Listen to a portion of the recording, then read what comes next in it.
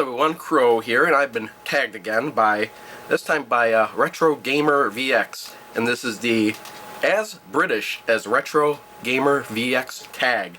Now there's a twist to this tag, and that is before each question there's a phrase to say, and I've got to say it in Queen's English, except for the last phrase, which has to be done in a London accent, or so he says. So, we'll just get started with that, and first there'll be the phrase, and then a question following it, and then a phrase, and then a question for 4 times. So, then, first phrase, please. The phrase is, just not my cup of tea. Okay. That's just not my cup of tea. Alright. Question. Have you ever bought a game that you were really excited about because of the hype, only to find out it's a pile of dog turds? Well, this is a really hard question to answer, because I have bought games to find out they're piles of dog turds, but they haven't been hyped. Consequently, I don't really buy into the hype of a lot of games, and you know, this was a really hard question to answer, and I had to look through my games, and the one game that I can safely say that I kind of hate to play, I was so excited to get it, but now I just hate to play it, and that's Mario Kart Wii. And it's not because it's a totally bad game, it's because they kind of destroyed the competition out of it. You know, they put so many power-ups in the game, especially if you're in last place, that just completely annihilate the people that are ahead of you. You know, there's 3 first-place killers in that game, and I just find it totally ridiculous. I played it online for a little bit, and I'd find I'd be in, like, you know, 1st, 2nd, or 3rd the whole race until, like, you know, 2 inches away from the finish line, and then get totally screwed. Yeah, you know. So then you kind of have to change your strategy, where you're in last for second half of the race, and then try and work your way up to win the race. And I just got tired of doing that, and I've almost unlocked everything in the game, and I just stopped playing it just because, yeah, I didn't like that game mechanic at all. All right, next phrase, please. The phrase is, more tea, Vicar. More tea, Vicar? Anyway, okay, second question. What do your family think of your gaming retro computer activities, and what are your responses to them?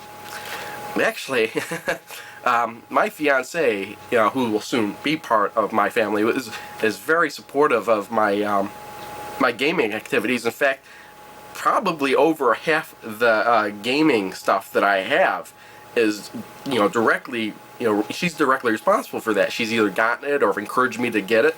But, you know, my immediate family, you know, I think they're kind of indifferent to the whole thing. You know, I tell them that, oh, I got this and I got that, and I like to play this game, and, you know, everybody's like, yeah, okay, that's nice, whatever.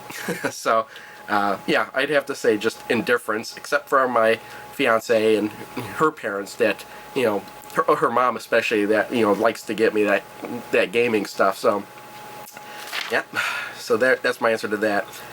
Third phrase. The phrase is, we are not amused. We are not amused. And the third question. Have you ever had a problem with a computer, peripheral, or software and had a right carry on trying to get a refund replacement? Do tell the tale. I have had a problem with some, you know, peripherals and stuff, but I really haven't had a problem returning that stuff.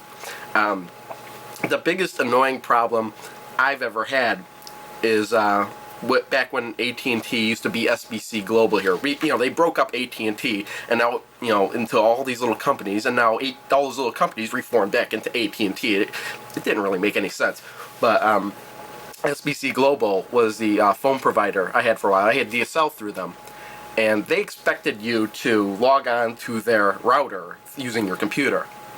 And I had gotten my own router and stored my password, my username and password, and login information in there, long before they realized people would want to do that.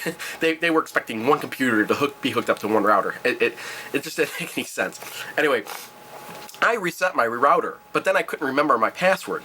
So I called customer support, and I had to go through, like, you know, I'm talking to this person like, yeah, I just want my password reset.